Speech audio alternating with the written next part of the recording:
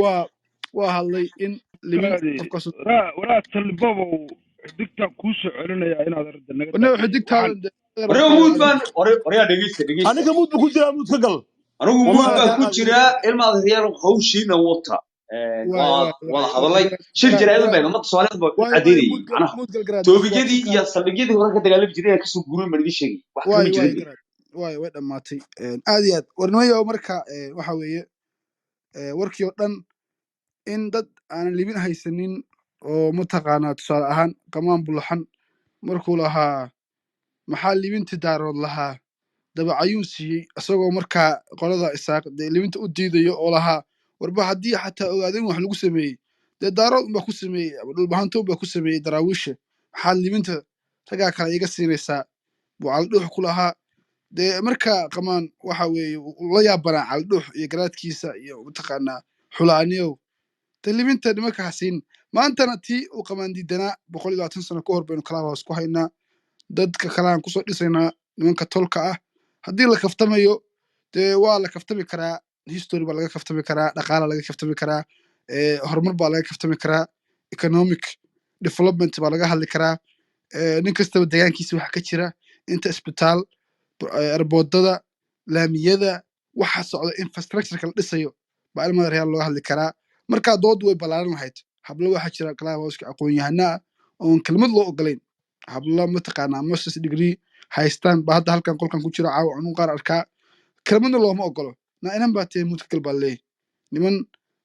mataqaanaa afku xooglayaala oo gaari wada baan iska dhegaysanaa qararara every single day wax ka dhex guuxayana ma laha maalinkan clubhouse ka imiday intii baa lagu soo celiyaa waa intii un hadda aniga qof hiidka gaarsiinaya inuu clubhouse ka joogo I don't believe it because the first day aan meeshan soo galay gubaa liigu soo celiyaa ogaadeen doqonkii ogaadeen ahaa dowla laga qaad loo diidanood iyo hadduu degi lahaa ciid intaan baa liigu soo celiyaa wacjiradan 20 sano ka hor madaxa aan ka qabtay inaa adeero marka waxaasi dee faa'iido ma laha waad ka xiso dhacaysaa xataa haddii la kaftamayo qofka waa inaa u garowdaa alla ilahay qofkani gar buu leeyahy haddaa maanta iga gar hesho oo wax gara appoint iga hesho oo tiraado waraade anigu horumarkaasan sameeyey adiguna cagdheeray weli halkii baa fadhidaan waa wax aqliya moogti alla ilahay dib baad iskugu laabanaysaa maskaxdaada waa tuujinaysaa marka niman yow anu waxaan dhihi lahaa dee caydan badan iyo waxan badan inta iska dayno barnaamijyo kale tusaale ahaan hadda barnaamijyo waxaa jira daraawiishtii haddaa yahanad baa su-aal idin weydiiyey wuxuu lahaa nimankani berigaa maxay ahaayeen in taariikhda la daraaseeyo 18 kasoo bilow 1700 kasoo bilowba markii dowladda ajuranta burburtay sida loo kala deganaa daaroodku markuu mataqaanaa westward expansion markuu sameeyey westiga markuu aado uu sii ballaarsaday mataqaanaa boqoradii suldaanadii daraawiishtii in waxaa yaa ku jiray gabayadii historygii mataqaanaa heshiisyadii ingiriisku maxay ka qoreen axmed gurey qabiilooyinkii ku jiray iyo buuggii futuuxul xabash iyo waxa in lasoo kala baxo waxyaabahaas aniyo ka muhiimsan in every fucking day in la iscaayo dad caayo uu duloobaa reexamarku dhahan luuqadda reexamarka marka in every fucking day nacalaa hooyadaa ku yaal ibnu qaxba waxaa dee wax nin weyn dhegaysan kara ma aha anigu every week clubhouseka waan dhiliidaa haddana weekendigaan soo laabtaa shaqadeedu waa weekendiga markaan igu kulaato waan iska soo laabtaa haddana meeshiin baa la marayaa marka ilmaha reyaalow marmarna cayadaa waxa ka daranba dumar aan aqoonin oo halkaa iska fadhiya oo si yaroo jawi degan meeshan ku shaqaysta baa la caayaa hebla way qaawan tahay hebla bahalkeeda fiiriya war waxaa miyaan laga ilbaxayn bilaa calaykum waxaas niyow sharaf ma aha wax nin weyn ku hadlana ma aha annagu niyow haddaan ogaadeen ama afsamahaba dee dhaqan wanaagsan oo sharaf lan lagu yaqaanaa dee ma rabno annaga mataqaanaa in dhaqankaa wanaagsan ee culimada ah ee hurdiinka ah in dadkii war ogaadeenkii maxaa ku dhacay ama absamihii dad waadii ahayna maxaa ku dhacay in la dhaha ma rabo taana waxaa kalifaysa waana la kalifayaa naftaan naloo gelayaa annagoo ka xishoonayna ka laandheeranayna 100 jeer iska laandheeranayna dee marka dambe inaad yar waad diiraysaa adna waad la walaaqaynaysaa marka daaroodow ilmaada reyaal ahaan kasta caaway fadhidaa ilmaada reyaal xataa hadda inagu kaftamayno awyaashan way kaftami jireen qabliyadii wixii waxa laga hadlo